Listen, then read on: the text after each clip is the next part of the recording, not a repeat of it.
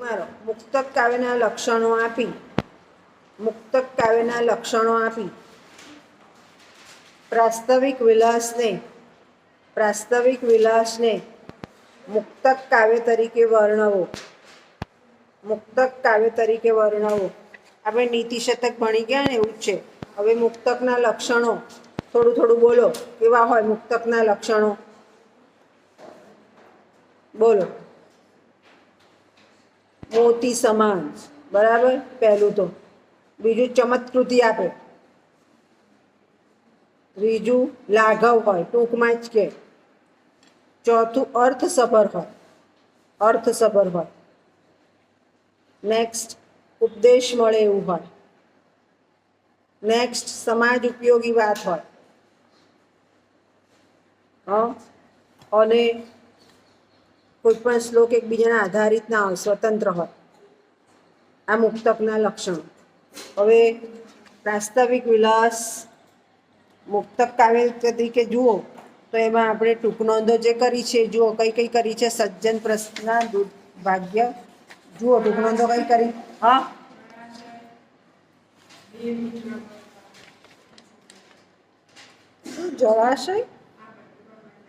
જળાશય નથી જોયું.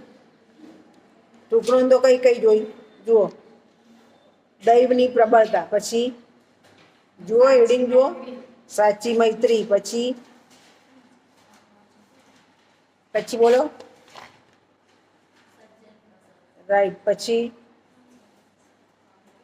પછી હા, એટલે કહેવાનો અર્થ એમ છે કે જો સજ્જન પ્રશંસા, તો સજ્જન કેવો છે પહેલા તો ખબર ના પડે, પણ દુર્જનનો અનુભવ થાય તરત જ સજ્જન ઓળખાઈ જાય.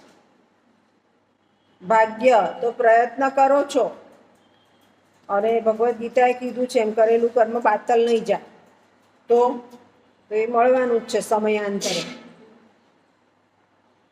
પછી પેલું પાંજરાના પોપટનું વૃત્તાંત, તો એમ કે જ્યાં તમને રાખ્યા છે પરિસ્થિતિ સારી જ છે, આપણને નથી લાગતી પણ સારી છે. આ બધામાં આપણને મુક્તકના લક્ષણો જોઈ શકાય છે કે ચમત્કૃતિપૂર્ણ છે, લાઘવ છે, એકબીજા પર આધારિત નથી. એટલે જે વિષય વસ્તુ છે એમાં મુક્તકના લક્ષણો જોઈ શકાય છે, અને એટલે એને મુક્તક કાવ્ય તરીકે ગણી શકાય. હવે બીજું હેડિંગ મારી દો જોડે જોડે, અન્યોક્તિ કાવ્ય. અન્યોક્તિ એટલે શું? તો અન્યની ઉક્તિ દ્વારા સમજાવું, ઉદાહરણ દ્વારા સમજાવું. આપણે પ્રસ્તુત અપ્રસ્તુત લખ્યું એ અન્યોક્તિ છે. એક વસ્તુનો ઉલ્લેખ છે, બીજાનો નથી, કાઢવાનો છે. સાચી મૈત્રી માટે સરસ બતાવ્યું કે કમળ પર રહેલું પાણી એ રહે છે જ, ધીમે રહીને ખસેડો તો ખસી જાય છે, અને લોખંડ પર પડેલું પાણી તરત અદ્રશ્ય થઈ જાય છે. એ સાચી મૈત્રી બતાવી છે. એટલે ઉદાહરણોમાં પ્રસ્તુત અપ્રસ્તુત જે બતાવ્યું છે, તો એક વસ્તુનું સૂચન છે, બીજા વસ્તુને આપણે તારવીએ છીએ, એમાં સમાજ ઉપયોગી બાબત રજૂ થઈ છે, એમાં ઉપદેશ રજૂ થયો છે. પવનની વાત કરી છે, તો એમ કે પવન એ સાચો મિત્ર છે, સુવાસ ફેલાવે છે.